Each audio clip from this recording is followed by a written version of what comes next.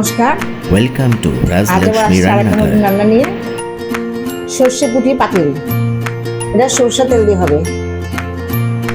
Welcome to Rajlakshmi রান্নাঘর। সর্ষে পুঁটি করতে লাগবে সরপুঁটি মাছ আছে 5 পিস, সর্ষে বাটা, কাঁচা লঙ্কা বাটা, পোস্ত বাটা। আর সর্ষেটা আমরা কি করেছি, সর্ষেটাকে চেলে কষিয়ে নিয়েছি, কারণ অনেকে হাড়ের রোগ থাকে, গ্যাসের রোগ থাকে, এটা খেলে ঝাঁঝানো। আমার সর্ষেগুলো প্রচুর ঝাঁঝানো হয়, তাই এটা আমি সব ছিটিয়ে নিয়ে কষিয়ে নিয়েছি। Please subscribe the channel.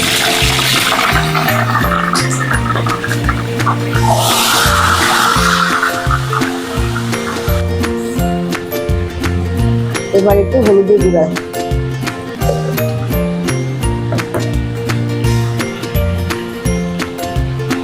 এটা আগে দেওয়া হলুদ না, মাছটা ফুটবে, তাই হলুদের গুঁড়া দিলে মাছটা ফুটবে না, কালার হয়ে গেলে।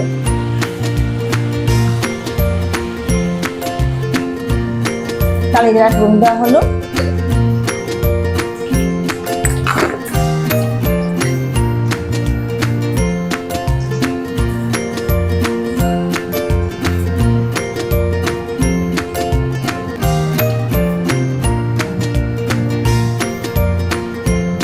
সরষে বাটার মধ্যে কাঁচা লঙ্কা আছে, পোস্ত বাটা আছে, সাদা সরষে, লাল সরষে।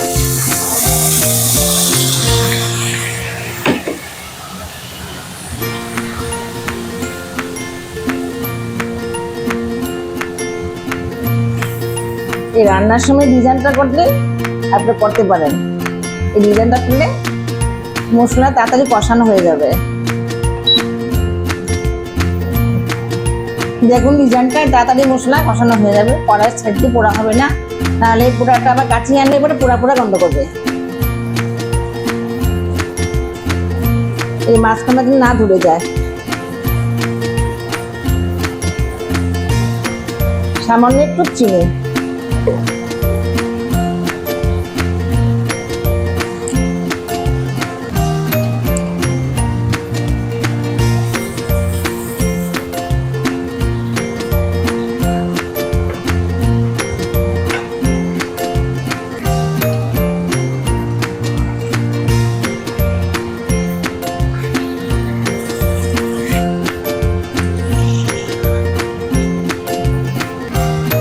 সরষে রান্নাটা অনেকেই পছন্দ করে, তার জন্য বললাম সরষে রান্নাটার সময় আপনারা ছেঁকে নেবেন।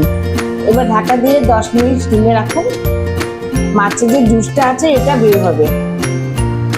ঢাকা দিয়ে দিলাম। এবার নামানোর আগে ধনে পাতা দিয়ে হয়ে গেল আপনাদের জন্য সরষে পুঁটি পাতুরি। সবাই খেয়ে নেবেন, অনেক সুস্বাদু খাবার, গরম গরম ভাত দিয়ে সরষে দিলাম। তাহলে আজকে আসছি, নমস্কার। আগামীতে আমার আরেকটা নতুন রান্না নিয়ে আসবো। লাইকটা কিন্তু দিয়ে দিবে, সাবস্ক্রাইব করবেন। আসছি, নমস্কার।